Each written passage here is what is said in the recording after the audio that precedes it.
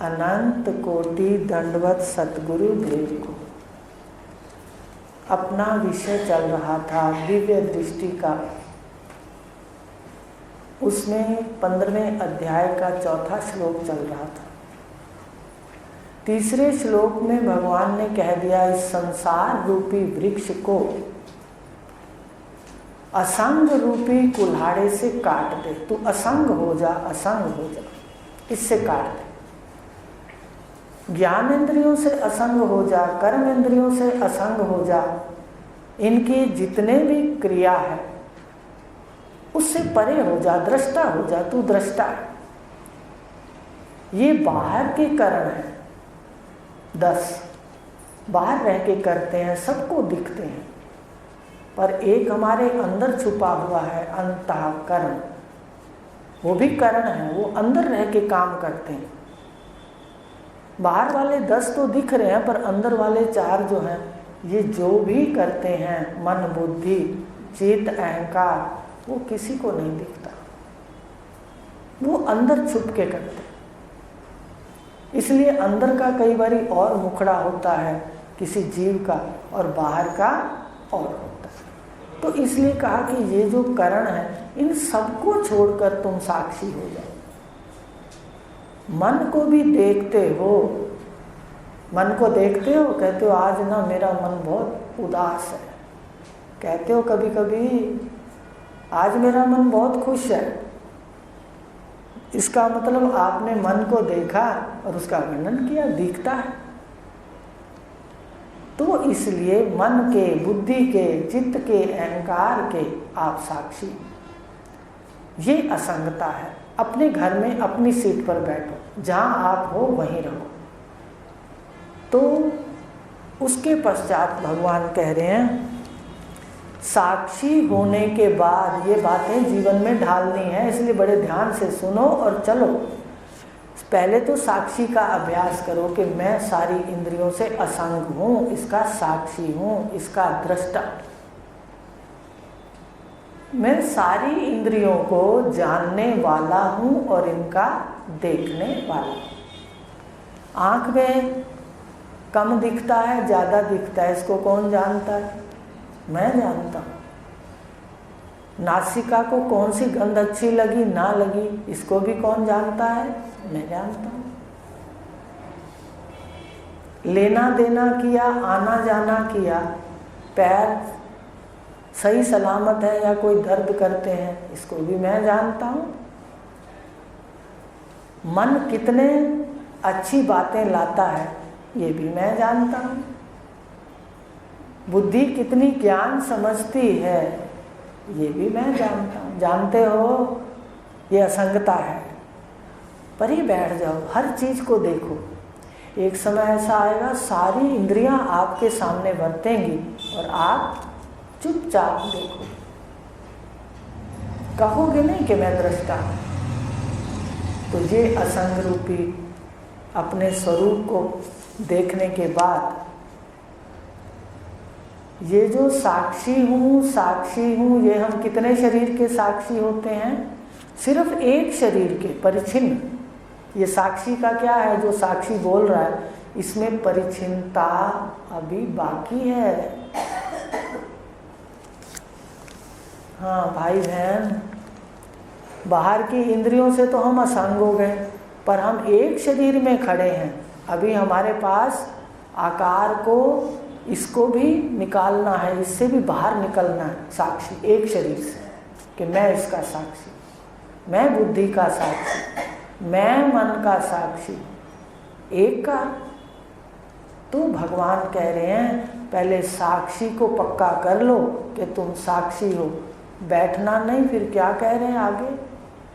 पश्चात इसके पद ढूंढना, ढूंढना, जाके ढूंढना है। इस माया के अंदर छुपा हुआ है, जीव उसको ढूंढता है। सृष्टि हो जाती है तो जीव ढूंढता है ईश्वर को, माया में छुपे हुए ईश्वर को। और जब सृष्टि लय हो जाती है तो कर्मों के कपड़े पहनाने के लिए ईश्वर पकड़ पकड़ के कपड़े देता है उनको, जाओ जाओ जाओ। मतलब कहता तो नहीं है, सृष्टि की उत्पत्ति होती है। प्रलय काल में ईश्वर समझ लो ढूंढता है और सृष्टि काल में जीव ढूंढता है। तो लीला चलती है ये, कभी वो ढूंढता है कभी वो ढूंढता है, तो लीला हो रही है। तो लीला ना जानकर जीव इसको सच्चा जानता है। तो कहा पहले तू साक्षी है पक्का कर, फिर तू वो स्थान देख जहां से तू लौट कर नहीं आ सकता, लय हो जाएगा। अब वो स्थान भी बता दिया। देखो पहले तो कह दिया भाई उस स्थान को ढूंढो जहां तू वापिस नहीं आ सकता। आपको सागर का और नमक के सागर का और नमक की पुड़िया का उदाहरण दिया था कि नमक की पुड़िया को सागर में डाल दिया तो वो अपने अस्तित्व को अलग ना रख पाई, वो व्यापक हो गई। भाई नमक व्यापक हो गया कि नहीं, सारे सागर में मिल गया, नमक नमक में मिल गया। तो फिर अगर कहें वो पुड़िया कहाँ है, मेरी पुड़िया कहाँ है, तो पुड़िया नहीं मिलेगी। तो इस प्रकार कहा कि ये जो जहाँ जाकर तुम वापस, अब पुड़िया वापस नहीं आ सकती, ऐसे जीव एक शरीर वाला साक्षी जब ये ब्रह्म को जानता है, परमात्मा को जानता है, उसमें लीन हो जाता है बस। तो इस प्रकार कहा कि ये पद ढूंढना, उसके लक्षण क्या बताए, अगली लाइन में है, पढ़ो।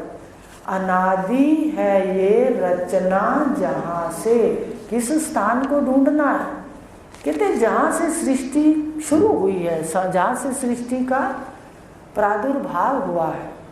जन्म तो नहीं कह सकते ना, प्रादुर्भाव हुआ, प्रकट हुई है, जहां से सृष्टि प्रकट हुई है उसी स्थान को देखना है, मूल स्थान को। सृष्टि जहां से प्रकट हुई है वो कौन सा स्थान होगा, सृष्टि का मूल, मूल होगा ना, जहां से सृष्टि उत्पन्न हुई है, जहां से सृष्टि प्रकट हुई है, उस स्थान को देखना है। क्या कहा, अनादि है ये रचना जहां से। ये जो रचना इतनी सुंदर लुभावनी, कर्मों के, इसको लुभावना देखकर कर्मों के दिवाले निकल जाते हैं। जीव इतना भोला है, माया के हाथ में चोटी आ जाती है और वो घुमाती रहती है, घुमाती है। जीव के लक्षण है, जीव की चुटिया किसके हाथ में है, ईश्वर के हाथ में। खुद कहा है ईश्वर ने, यंत्राकार घुमाता हूं भूतों को निज शक्ति से। जीव की चोटी ईश्वर के हाथ। तो इस प्रकार कहा कि ये जो रचना अनादि है, जहां से सृष्टि उत्पन्न हुई है, उसको जानना है, उसको देखना है। अब सृष्टि के मूल में चलना पड़ेगा ना। जड़ दिखती है, बताइए, मनन करो थोड़ा। भगवान ने तो एक बात कह दी कि भाई सृष्टि के मूल को देख लो। तो ये सृष्टि जो सामने दिख रही है, पत्ते अश्वत्थ वृक्ष के, तो मूल देखने के लिए तो इसके अंदर जाना पड़ेगा कि नहीं जाना पड़ेगा। भाई पत्ते वृक्ष के सामने देख रहे हैं और उन पत्तों को फिर टहनियों को हाथ लगेगा, फिर तने को हाथ लगेगा, फिर उसको खोदेंगे, मूल ऐसे दिख जाएगा। बताइए, जहां से ये वृक्ष प्रकट हुआ है उस मूल को भगवान ने कह दिया।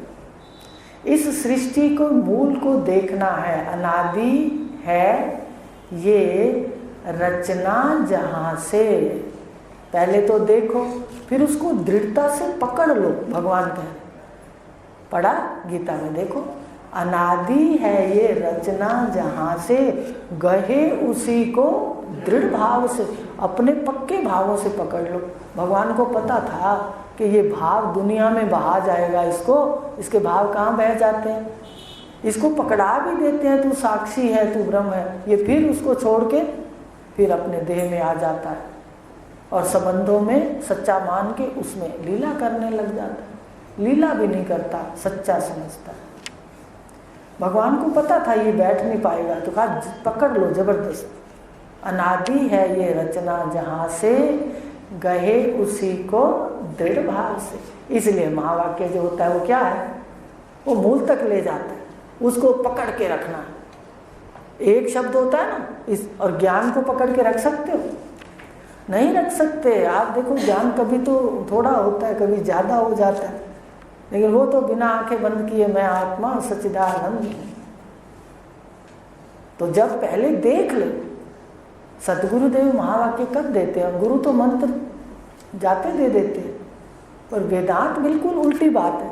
वो तो पहले दिखाते हैं, कहते देख ये तू है और ये वह है। सृष्टि को बाधित करके अबाधित वह को दिखाते हैं, अबाधित। सृष्टि का बाध करके जिसका बाध नहीं होता उसको दिखाते हैं, वह को। देह का बाध करके जिसका बाध नहीं होता वह मैं को दिखाते हैं। तो मैं वह है। तो इस बात को पकड़ लो, अनादि है ये रचना जहाँ से, गहे उसी को दृढ़ भाव से। दृढ़ भावों से पकड़ना है, ज्ञान को नहीं कच्चा पकड़ना, ये छूट जाता है।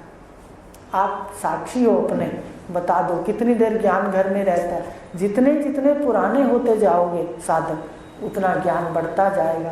पर नए साधक बता दें, कितना सुन जाते हैं फिर गिर जाता है ये बात सही। भगवान को कहना पड़ा दृढ़ भाव से पकड़ ले इस, जहाँ तेरे को अनादि रचना दिखाएं। और दिखाएंगे कामिल पुरुष, दिखाएंगे कि भाई जितने शरीर देख रहे हो, ये 14 के, ये जितने भी, ये सारे के सारे मान लो एक धरती हिल जाए तो कहाँ मिल जाएंगे? सारे सारे शरीर मिट्टी में मिल जाएंगे, मिट्टी में मिल जाएंगे। ये पार्थिव शरीर है, मिट्टी का शरीर है। अब मिट्टी में मिल जाएंगे, फिर सारी पृथ्वी मान लो परले आती तो किस में मिलेगी? जल में। जल किस में मिलेगा? जल को। पृथ्वी जल में डूब गई, क्योंकि पृथ्वी से 10 गुना बड़ा और शक्तिशाली जल है जो सृष्टि में है। अब जल को अग्नि सुखा गई। देखो कैसे प्रलय होगी, कैसे सूक्ष्म हो रहा है। अपने जड़ तक जाना है, अनादि रचना कहाँ से है वो देख ली। उसके बाद जल में अग्नि, अग्नि को हवा उड़ा के ले गई। हवा खुद साए साए करके शांत हो गई। आकाश रह गया, आकाश शून्य। अब उस शून्य को, प्रलय को जो बता रहे हैं, उसको कौन प्रकाश रहा है? बताइए कौन प्रकाश रहा है? सृष्टि के शून्य को तुम प्रकाश रहे हो। प्रकाश रहे हो। अभी नए साधक तो नहीं इस बात को जानेंगे, पुराने तो देखें कि मैं ही तो प्रकाश रहा हूँ व्यापक रूप से। और फिर अब इस व्यापक मैं को बार बार पकड़ लेना है, ये भगवान कह रहे। क्योंकि ये मैं एक शरीर में बंद है जो साक्षी कह रही है। उसके बाद भगवान ने कहा चल आगे चल, रुकना नहीं।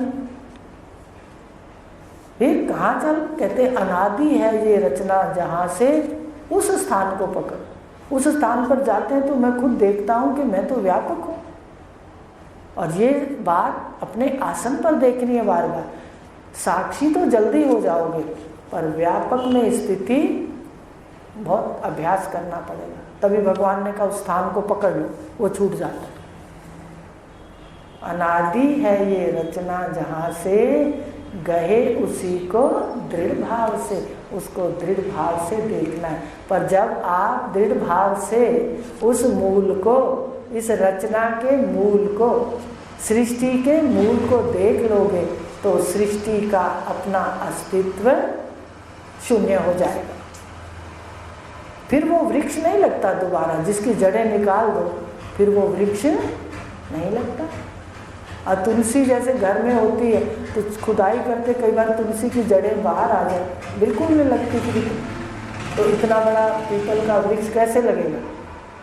इसलिए एक बार इसको खोल के देख लो, संसार अपने आप अपना अस्तित्व खो देगा। तो ये भगवान कह रहे हैं कि साक्षी के बाद काम खत्म नहीं होता, महावाक्य लेने के बाद भी काम खत्म नहीं होता, काम शुरू होता है।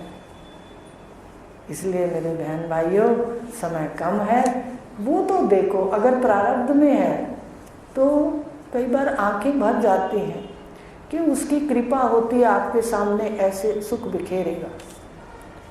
आप बस उसका चिंतन मनन ना छोड़ो। घर के व्यवहार छूट जाए, कोई नाराज हो जाए, कुछ हो जाए, आप अपना जो नियम है ना वो ना छोड़ो। चाहे रात को सोते वक्त करो, चाहे एक गीता को खोल के एक अक्षर पढ़ के सो जाओ कि बस आज थका हुआ हूँ, अब इतना ही करो, पर वो नियम बना रहेगा। तो इस प्रकार भगवान कह रहे हैं उस जगह साक्षी के बाद कहाँ लौट जाना है ज्ञान में, रचना जहाँ से आई है उस अनादि को दृढ़ भाव से पकड़ना है। क्या करना है?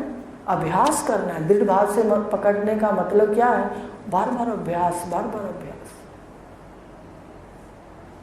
श्रवण के लिए कसौटी थी ना कि श्रवण, आत्मा ब्रह्म का ज्ञान श्रवण गुरुदेव कराते हैं, जिससे अविद्या कटती है वो श्रवण है। तो फिर कहा उसका अभ्यास कर। दूसरा लक्षण क्या है उसमें? अभ्यास है कि बार बार उसका अभ्यास करो, बार बार करो। अभ्यास नहीं करोगे तो छूट जाएगा। तो ये चौथे श्लोक में कह रहे हैं भगवान, कहा पश्चात इसके पद ढूंढना वो जिसमें गए से नहीं लौट सकता, अनादि है ये रचना जहाँ से गए उसी को दृढ़ भाव करके। ठीक है, तो अब इस किताब में आप देख लो, इसमें आपको कहाँ तक बताया था कि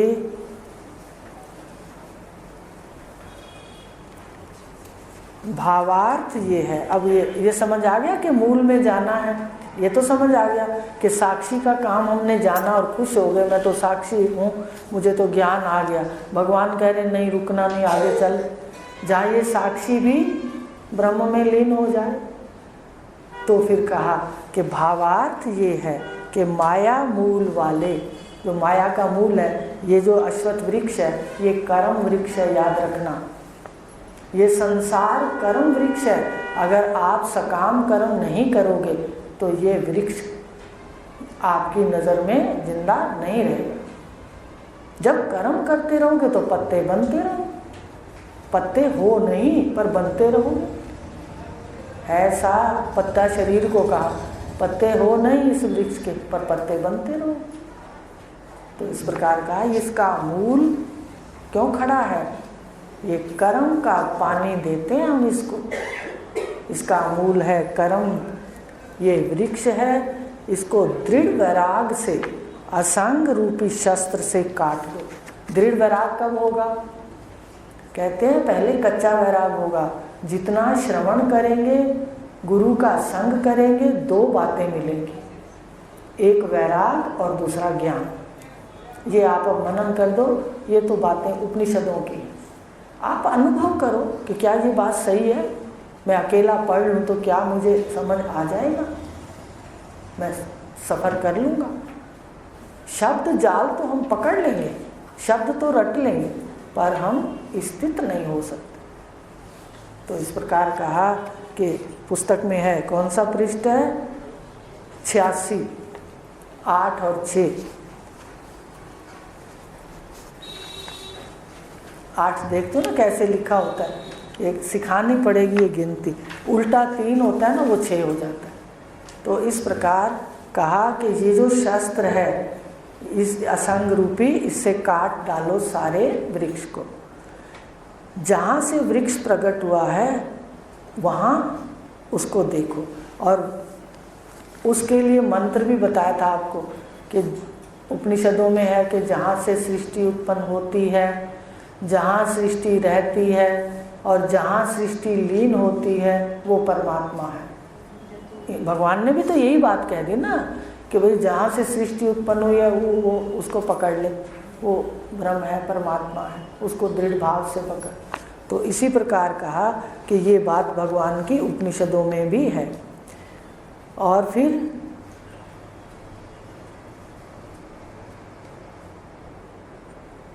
पुरुष सूक्त में भी है, वो जो शाम को बोलते हैं ना मंत्र, तस्माद 5वां मंत्र, कि दूसरा पुरुष है नहीं आप कहते हो तो आया कहाँ से? कहते शीशे ने दिखा दिया, आया कहीं से नहीं, ना ये जाएगा। शीशा उल्टा कर दो, आप प्रथम पुरुष हो। देखो कितना आसान है, शीशे को उल्टा कर दो, आप प्रथम पुरुष हो, व्यापक हो। और शीशा सामने रखोगे तो एक के क्या दिखेंगे? 2। मन का शीशा सुबह प्रकट हो जाता है, एक के 2 दिखते हैं। मैं एक की दो दिखती है। और रात को शीशा लय हो जाता है, औंधा हो जाता है, तो आप ही आप होते हो सुषुप्ति के प्रकाशक। है बहुत सुंदर लीला, इसको जान जाओ बस।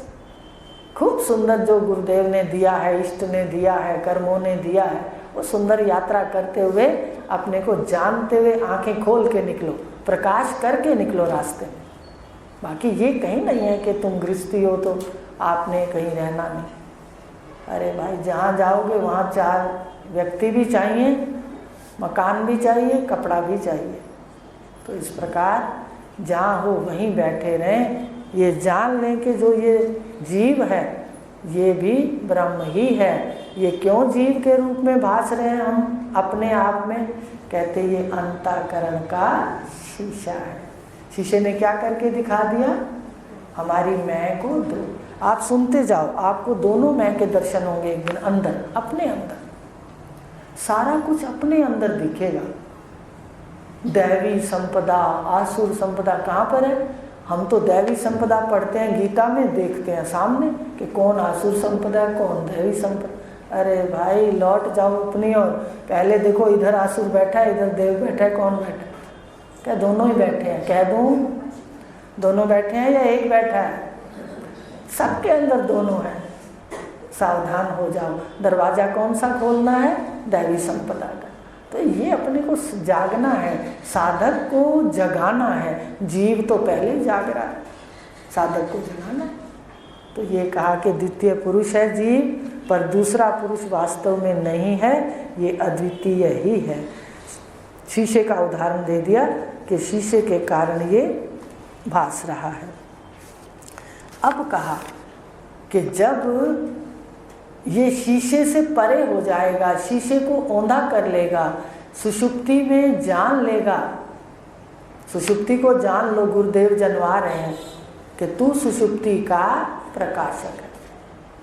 अगर आप वहाँ बैठ जाते हो, जागृत में मनन करते हो, तो आप ब्रह्म स्वरूप हो, ये आपको साक्षात हो जाएगा। लेकिन शुरू में नहीं होता, ये भी समय लगता है हर बात का। पहली, दूसरी, चौथी, 5वीं, 10वीं पढ़ लेते हैं, पर जब आगे कॉलेज में जाते हैं और PhD करते हैं तो ही कोई अच्छी तरह हमारे को ज्ञान आता है किसी भी चीज़ का। समझ रहे हो बात? 10वीं तक साइंस पढ़ लो, 10वीं तक इंजीनियरिंग वाला कोर्स पढ़ लो, साइंस पढ़ लो, तो क्या अपने डॉक्टर बन जाएंगे? वो तो अपने को वहाँ और समय लगाना पड़ेगा। ऐसे ही देखो साक्षी तक आ गए, लेकिन आगे और समय लगाना पड़ेगा कि मैं साक्षी व्यापक है। वो सुषुप्ति में उदाहरण दो, या फिर आपको प्रैक्टिकल, अभी तो समय नहीं है, बताएंगे कि सारा दिन व्यापक कैसे हो। इसको ऐसे देखो, युक्तियाँ हैं। तो पहली युक्ति सुषुप्ति की है जो हमने देख ली। तो पश्चात उसके पद ढूंढना, जहाँ गए से नहीं लौट सकता। अब ये सागर, ये जो जीव है वासना को छोड़ देता है तो ये ब्रह्म में लीन हो जाता है, और वासना इसके पास होती है तो ब्रह्म में रोज लीन होता है। ये मटका रोज जल के सागर के अंदर डूबता है, पर रस्सी वासना की सुबह फिर खींच के भाई मटके में फिर जल आ जाता है और ये फिर मटका बन जाता है। एक बार रात को लीन हो जाता है, सुबह अंतःकरण का मटका फिर पकड़ लाता है। अब जैसा अंतःकरण है वैसा बन जाता है। सुबह आके कहता है मैं स्त्री हूँ, मेरे को खाना बनाना है, बच्चों ने जाना है, मुझे ऑफिस जाना है। रात को मटका लीन हो जाता है, पर वासना की रस्सी नहीं खोली, सारी उम्र आवागमन रहता है। रोज रात को हम ब्रह्मलीन होते हैं। देखो कैसे, पता ही नहीं था, अब तो पकड़ लेते हैं उस बात को कि हाँ ऐसी स्थिति होती है, ऐसा है। अभ्यास करना चाहिए, ये अभ्यास से मिलती है कोई भी बात है। तो आज इतना ही लेंगे कि जहाँ गया नहीं लौट सकते, ये भगवान ने कहा, ये वो पद ढूंढना है। तो वो पद बता दिया, इधर देखो तो लय कर दो, लय चिंतन, और अंदर जाओ तो सुषुप्ति के साक्षी। अंदर बाहर एको जानो, गुरु नानक देव जी ने भी कहा है, अंदर बाहर एको जानो, कि अंदर बैठा है वो और बाहर बैठा है वो एको है। पर इधर ये कपड़े माया के बाधित करने पड़ेंगे, इधर अपना शरीर इंद्रियां बाधित करनी पड़ेंगी। तो बाधित में अबाधित तुम्हारा स्वरूप है। हरिओम शांति। ओम